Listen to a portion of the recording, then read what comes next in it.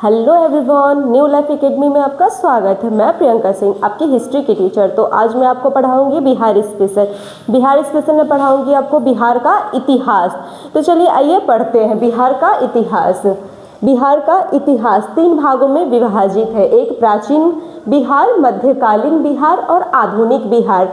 देखिए, हम हिस्ट्री जो पढ़ते हैं, इंडियन हिस्ट्री, वो क्या है, उसमें भी हम इतिहास ही पढ़ते हैं, बट वो क्या है, ऑल ओवर पूरे इंडिया का रहता है। परंतु जो हम सेपरेट इतिहास पढ़ रहे हैं, ये क्या है, सिर्फ एक स्टेट का, ये क्या है, सिर्फ एक बिहार के ही रिलेटेड है। इसलिए हम इसे बिहार स्पेशल बोलते हैं, बिहार का इतिहास बोलते हैं, क्योंकि बिहार में जो जो घटनाएं हुई है उसके बारे में हमें पढ़ना है। तो देखिए, बिहार का इतिहास कितने भागों में है, तो 3 भागों में, प्राचीन, मध्यकालीन, आधुनिक। प्राचीन में हमें क्या क्या पढ़नी है, तो देखिए, पाषाण काल, सिंधु घाटी सभ्यता, वैदिक काल, महाजनपद, मौर्य वंश, गुप्त वंश, क्षेत्रीय वंश, बौद्ध धर्म, जैन धर्म। देखिए, पाषाण काल, इसका साक्ष्य तो हमें मिला है, परंतु हमें सिंधु घाटी का सभ्यता का साक्ष्य कोई बिहार से नहीं मिला, इसलिए हम बिहार स्पेशल में सिंधु घाटी सभ्यता नहीं पढ़ेंगे, क्योंकि जो साक्ष्य हमें बिहार से मिल रहा है या बिहार से रिलेटेड है, उसे ही हमें बिहार हिस्ट्री में पढ़ना है। ठीक है, तो चलिए आइए पढ़ते हैं। पाषाण काल को हम ना स्टोन एज भी बोलते हैं। पाषाण काल को स्टोन एज में बोलते हैं, और उसे एक और नाम से जानते हैं, प्राग ऐतिहासिक काल के भी नाम से जाना जाता है पाषाण काल को। चलिए आइए पढ़ते हैं। पाषाण काल को 3 भागों में बांटा गया है, पूरा पाषाण काल, मध्य पाषाण काल, नव पाषाण काल।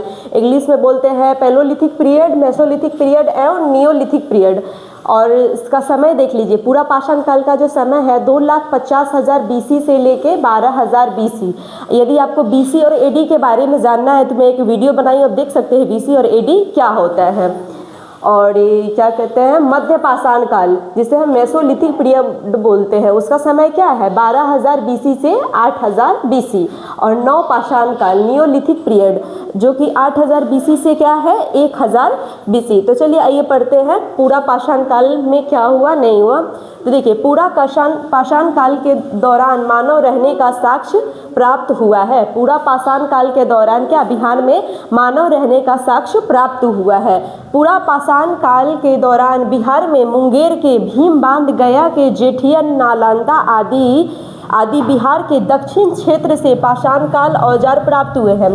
देखिए, बिहार के जो दक्षिण क्षेत्र है, नालंदा, ये सबसे क्या हमें क्या प्राप्त हुए हैं, औजार प्राप्त हुए हैं। तो मानव रहने के साक्ष्य में कैसे पता चलता है, क्योंकि देखिए, हमें औजार मिलते हैं, उसका कार्बन डेटिंग किया जाता है, डेट निकाला जाता है, समय का पता लगाया जाता है, तब पता चलता है कि हाँ उस समय मानव रहते थे। कोई हमें मानव की फोटो थोड़ी दिखाई देती है, उस समय कोई पिक्चर क्लिक करके थोड़ी रखे हुए हैं जो हमें दिखाई देगा कि हाँ मानव है, देखो ये मानव का पिक्चर है। नहीं, हमें ना वहाँ की वस्तु से, वहाँ जो प्राप्त की गए स्रोतों से, स्रोत क्या है, स्रोत में औजार हो गए, लिपियाँ हो गई, ये सब क्या है, स्रोत है। तो स्रोत से हमें पता चलता है कि पूरा पाषाण काल के दौरान मुंगेर के भीम बांध, गया के जेठियन, नालंदा, कहाँ से, तो देखिए, मुंगेर के भीम बांध और गया के जेठियन, नालंदा आदि बिहार के दक्षिण क्षेत्र से पाषाणकालीन औजार क्या हुए हैं, तो प्राप्त हुए हैं। इन औजारों में पत्थरों के कुल्हाड़ी, खुरपी, चाकू इत्यादि के साक्ष्य मिले हैं। तो औजार में क्या क्या पाए गए हैं, तो पत्थरों की कुल्हाड़ी, खुरपी और चाकू। उस समय जो मानव थे वो क्या पत्थरों से ही अपना औजार बनाते थे। औजार किसके लिए बनाते थे, पशु को मारने के लिए, जिससे वो अपना भोजन कर सके, क्योंकि उस समय के मानव क्या थे, सभ्य नहीं थे।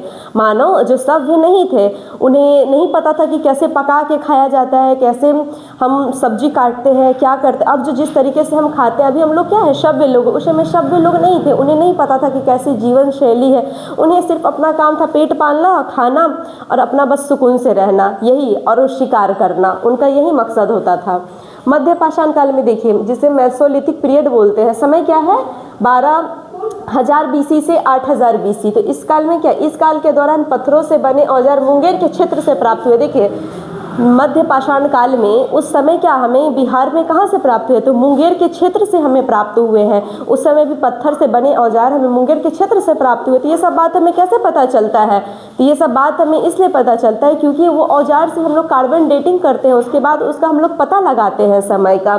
तो आइए नेक्स्ट पढ़ते हैं नव पाषाण काल, जिसे हम नियोलिथिक पीरियड बोलते हैं, 8,000 से लेके 1,000 BC तक। नवपाषाण काल के दौरान बिहार के कई क्षेत्रों से मानव रहने का साक्ष्य प्राप्त हुआ। नवपाषाण जब आया तो धीरे धीरे बिहार के कई क्षेत्रों से मानव रहने का साक्ष्य प्राप्त हुआ। जैसे चिरांद जो कि सारण में है, वहाँ से यहाँ से हड्डियों के बने औजार प्राप्त हुए। चिरांद से क्या हुए? हड्डियों के बने औजार के साथ क्या प्राप्त हुए? साक्ष्य प्राप्त हुए। और चेचर जो कि वैशाली में है, मनेर, पटना, सेनुआर, रोहतास आदि जिलों से क्या हुए? हमें पत्थरों के औजार प्राप्त हुए।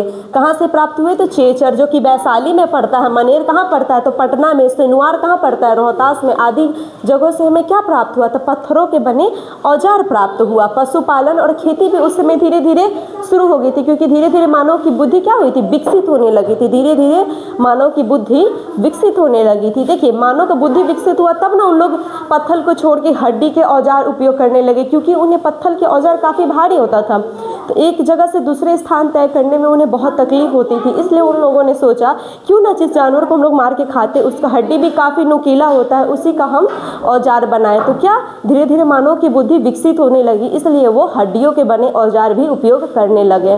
तो आपको समझ में आया आज का बिहारी स्पेशल का क्लास? आप लोगों को समझ में आया? Yes ma'am.